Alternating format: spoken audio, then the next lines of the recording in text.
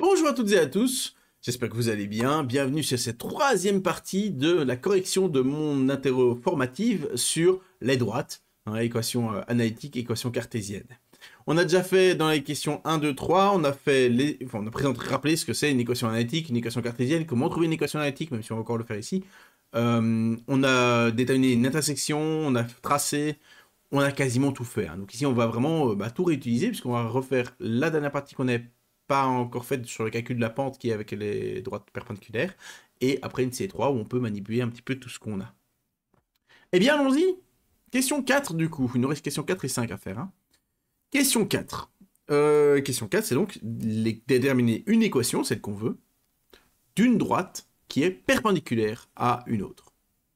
Perpendiculaire, alors j'ai fait le petit rappel, j'ai gardé sur le côté par rapport aux parties précédentes, il est là.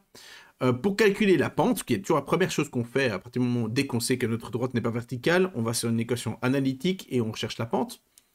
Et la première chose qu'on va faire, c'est déterminer ici m, la pente. Et donc il y a trois possibilités. Soit on connaît deux points et donc on fait delta y sur delta x. Soit on sait qu'elle est parallèle à une autre droite, ça veut dire qu'elles ont la même pente. Soit elle est perpendiculaire et on va prendre l'opposé de l'inverse. Ici, dans la question, il y a le petit mot-clé. Pas compliqué à trouver. Pas mieux, là. Il y a le mot-clé perpendiculaire qui vous dit que c'est sur ça qu'on va aller pour déterminer la pente. Et de toute façon, ensuite, une fois qu'on aura la pente, pour le calcul de P, c'est absolument toujours la même chose. Vous prenez un point que vous savez être sur la droite, et vous remplacez le x et le y par ces coordonnées. Et vous savez que ça marche, ça vous fait une équation. J'ai un point de la droite. Ok? De nouveau, comme la question précédente, ce point-là n'est pas sur T. Donc forcément, voilà, parce que la phrase peut être comprise dans deux sens différents, mais il n'est pas sur T, donc c'est bien un point de D. Ok, ben voilà. Qu'est-ce que j'ai à préciser là-dessus? Oui, d'abord, je vais clarifier la notion de opposé de l'inverse, puisqu'on a dit, si une droite est perpendiculaire à une autre, les pentes sont opposées de l'inverse. Ça veut dire quoi ici, opposé de l'inverse? Par exemple, si je prends le 2, l'opposé de l'inverse de 2, donc je prends l'inverse de 2, je prends l'opposé, c'est moins 1,5. Donc inverse, c'est retourner la fraction, opposé, c'est mettre un moins devant. Ok? Donc si je prends 2, l'opposé de l'inverse, c'est moins 1,5. Si je prends 1, l'opposé de l'inverse, c'est moins 1 sur 1, c'est-à-dire moins 1. Si je prends 3 quarts, l'opposé de l'inverse, c'est, je retourne la fraction, je mets un moins devant, donc c'est moins 4 tiers. Si je prends 1 demi, l'opposé de l'inverse, c'est moins 2. Je retourne la fraction, ça fait 2 unièmes et le moins devant. Ok? C'est juste ça, l'opposé de l'inverse. C'est juste deux mots techniques qui se suivent, quoi. Allons-y. Pour déterminer ça, toujours les mêmes étapes. Première étape, est-ce que T est une droite qui est horizontale ou verticale? Elle n'est ni l'un ni l'autre parce qu'il y a du x et du y. Il y a du x et du y. Une droite verticale, c'est une équation qui peut se ramener à x égale un nombre, genre x égale 5. Une droite horizontale, c'est une droite qui peut se ramener à y égale un nombre, genre y égale 2. Ça, ce sont, donc la première ligne, c'est pour les droites verticales, deuxième ligne, c'est pour une droite horizontale. Clairement, T ne peut se ramener à aucun de ces deux-là, simplement parce qu'il y a du x et du y. Donc, c'est que c'est ni horizontal, ni vertical. Donc, ce qui va m'intéresser ici, c'est que T n'est pas horizontal. Pourquoi ça m'intéresse qu'elle ne soit pas horizontale? Parce que si T était horizontal et que D y est perpendiculaire, c'est que D était vertical. Et ce que je veux, c'est que D admette une équation analytique. Donc je veux que D ne soit pas vertical. Ce qui veut dire que T ne doit pas être horizontal. Donc, puisque D est perpendiculaire à T, eh bien, on a que D n'est pas vertical.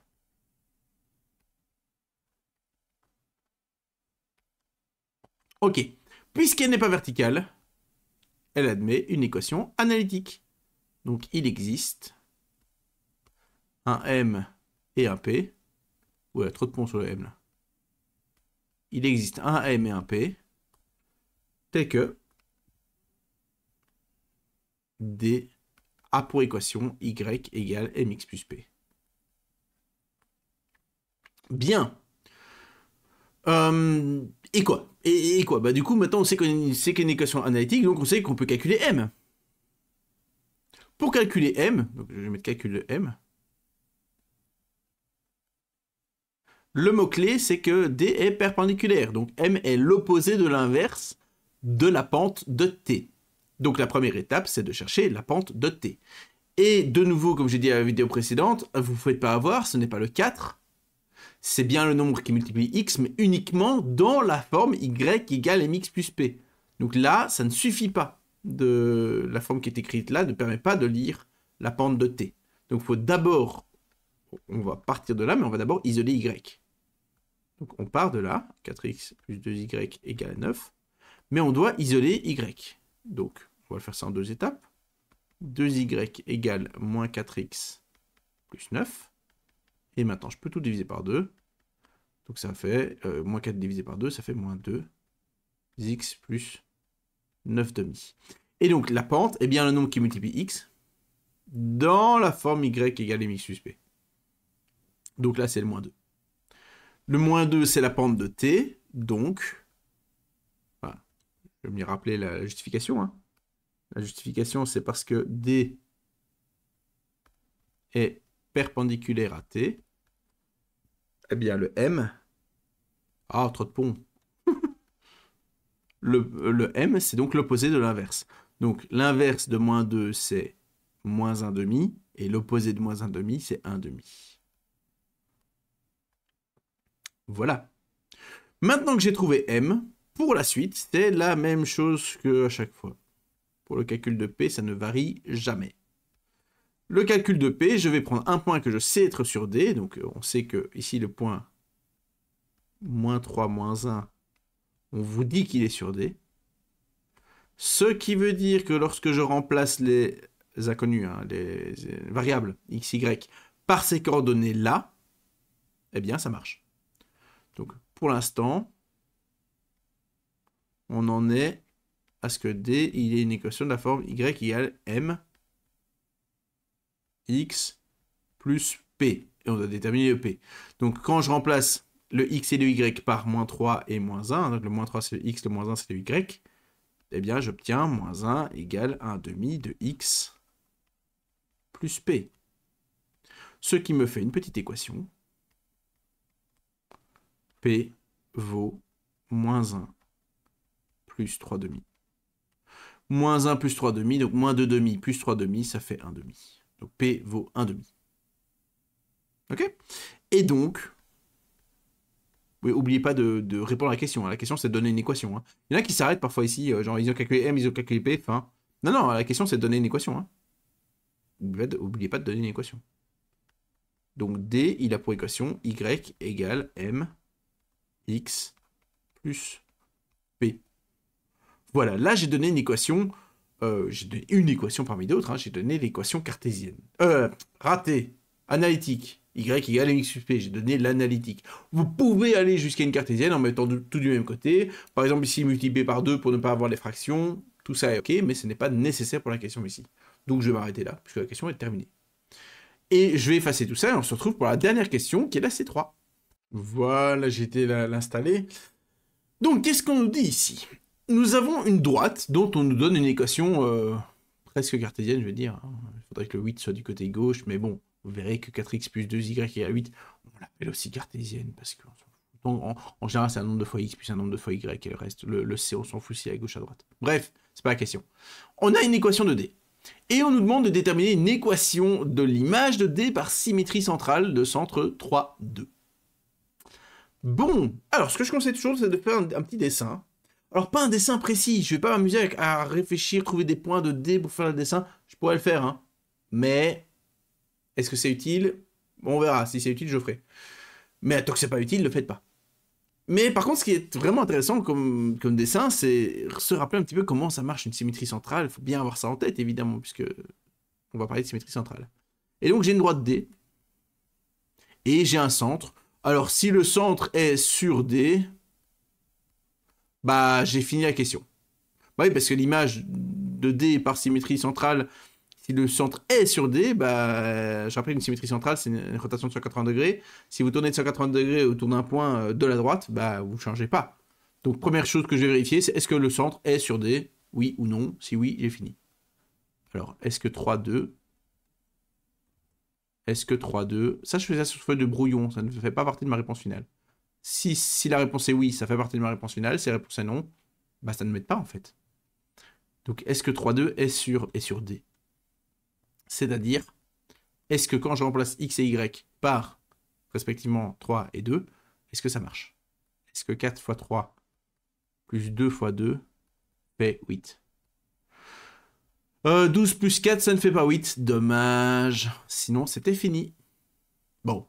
Donc, bon, ça veut dire qu'ici, je suis au moins dans le cas où j'ai une droite et j'ai un point qui est extérieur à cette droite. Je sais pas où il est, mais il est extérieur. Et puis, j'ai l'image par symétrie centrale. Je mets un pointillé. Je sais pas pourquoi je mets un pointillé. J'ai pas envie de mettre des pointillés. Et cette image, on va pas être des primes, hein, comme toujours. Alors, comment est-ce qu'on fait pour prendre une image par symétrie centrale? Bah, il y a déjà plusieurs choses intéressantes. Premièrement, mon dessin suggère fortement, et pour ceux qui se rappellent ce qu'on appelle les invariants des isométries, bah, c'est que la symétrie centrale préserve le parallélisme.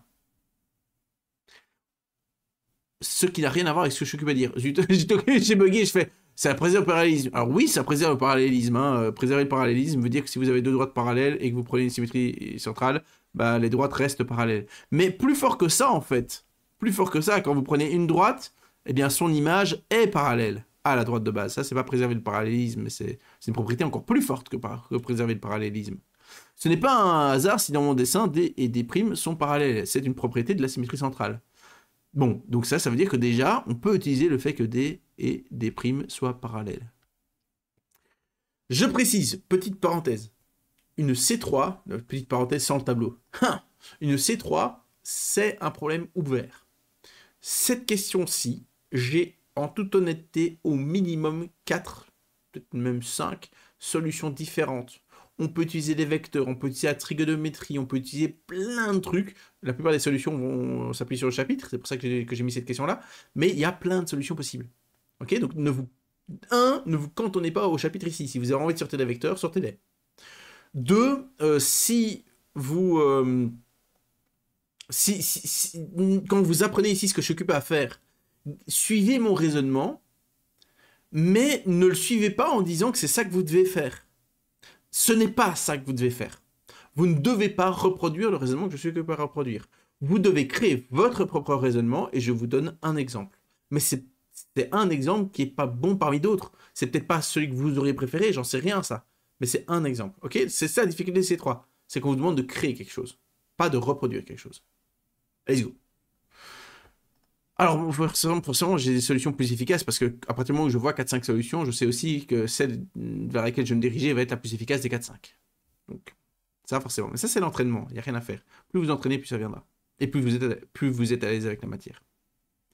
Alors, qu'est-ce qu'on pourrait faire? On a déjà observé que D et D' sont parallèles. Et que D n'est pas vertical. Bon, ça, on le savait déjà. Donc, il y aurait moyen de partir par là. Parallèle, même pente, on a déjà une partie de l'équation, ça me semble sympa ça. Ou alors, ce qu'on peut toujours faire, c'est se rappeler comment est-ce qu'on trouve l'image d'un point. Parce que de toute façon, même si on faisait ça, hein, stratégie possible, strat, point strat, trouver la pente de D, suivi d'isoler Y.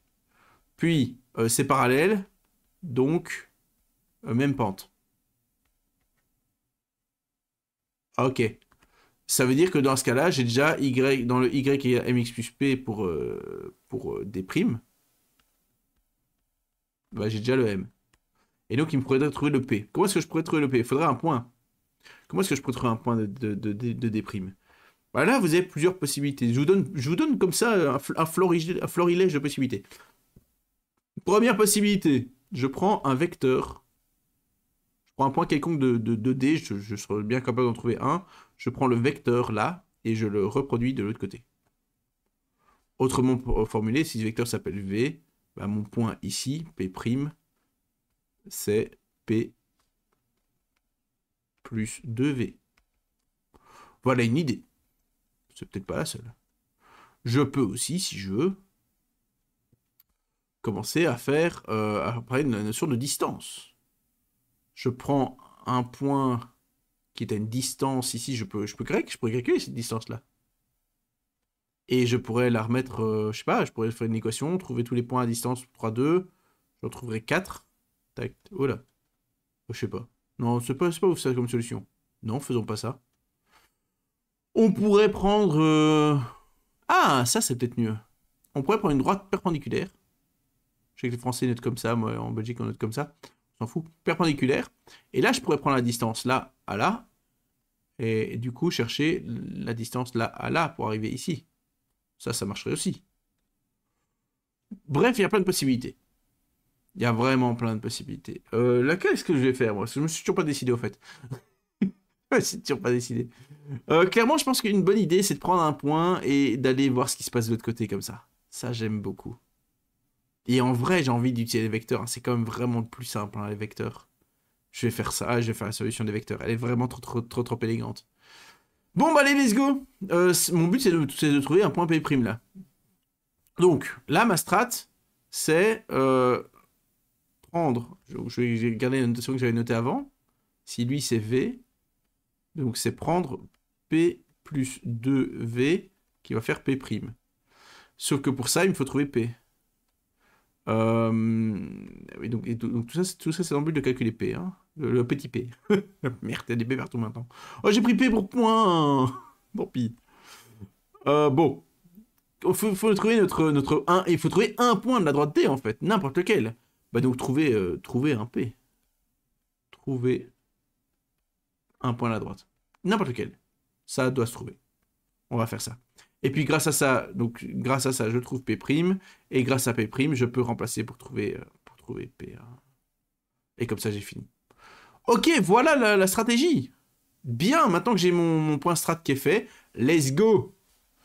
Donc première étape, calculer la pente de D. Donc D, il a pour équation 4x plus 2y égale 8, ce qui me permet d'isoler. Donc 2y égale moins 4x plus 8. Ce qui veut dire que y, c'est moins 2x plus 4. Et donc la pente de D, c'est moins 2. Ce qui me donne du coup la pente de D'. Donc je sais que D', n'est pas vertical.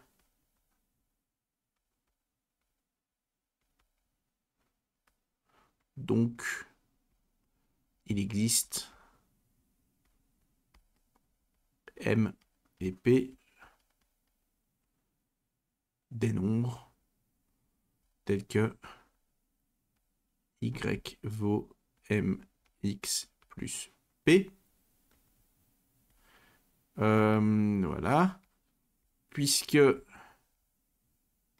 D' est parallèle à D, on peut utiliser le fait que M, ce soit la même pente. Donc moins 2. Je précise que si on ne savait pas que D et D' étaient parallèles, rien ne nous empêche de faire le raisonnement là avec notre P et P', là avec un deuxième point. Hein. Comme ça, vous faites un deuxième point, et vous avez 2 points, et avec 2 points, vous pouvez trouver la pente. Hein. Il n'y a aucun problème. Pure solution. Ok, donc voilà, j'ai déjà la pente, et j'ai déjà une pré-équation de D'. Donc pour l'instant, je sais que D', il a pour équation y égale moins 2x plus p. Alors, quoi d'autre? Maintenant, il faut trouver, on en est là, dans la strate, ça c'est fait, ça c'est fait, ça c'est fait. Maintenant, il faut trouver n'importe quel point de D. Bah donc, un point de D, c'est un point dans les coordonnées, vérifier l'équation. Donc, je vais regarder l'équation de D, ici, là. Et je cherche n'importe quel couple de nombres x, y qui satisfont l'équation. Bah donc, par exemple, je vois que si x vaut 2, bah j'ai déjà 8. 4 fois 2, ça fait 8. Bah 8 égale 8, donc j'ai qu'à prendre 0 pour les y. Donc ça, c'est OK. Donc, OK, je vais réécrire ça mieux. Donc, puisque on a 4 fois 2 plus 2 fois 0 qui fait 8, on a que le point 2, 0 appartient à D. OK. Je vais donner un petit nom au centre de symétrie. Je vais appeler C, bien sûr. On calcule. Un vecteur que je vais appeler V, qui sera donc le centre de symétrie. Donc, alors là, je rappelle, il y a besoin d'être un peu à l'aise avec les vecteurs pour cette solution aussi, hein, mais donc la composante, c'est juste extrémité moins origine. Hein. Ok? Donc, extrémité moins origine. Donc, l'extrémité, c'est l'abscisse 3 pour le centre, hein, c'est ici l'abscisse du centre, moins l'abscisse de l'extrémité, donc 3 moins 2. Et pour les y, on a 2 moins 0.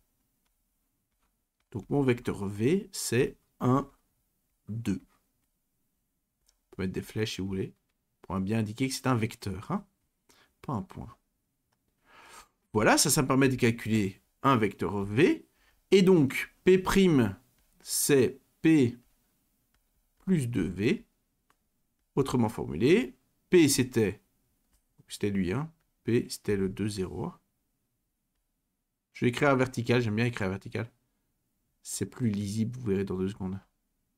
P plus 2V. Et donc, ça fait...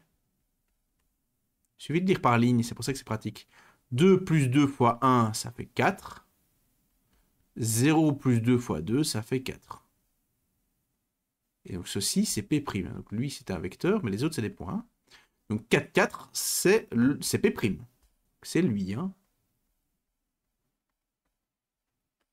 Ça me permet maintenant de... Je connais un point de P. Donc, puisque P' est sur D', ces coordonnées vérifient l'équation. Donc, où est-ce qu'elle était l'équation de D'? Elle était ici. Là. Donc, c'est là-dedans que je vais remplacer. Donc, Y par 4. X par 4 aussi. Plus petit p. Et donc, ça me permet de trouver 4 égale moins 8 plus 12. P égale 12. Moins 8 plus 12, ça fait 4. Voilà, c'est bon. Et donc,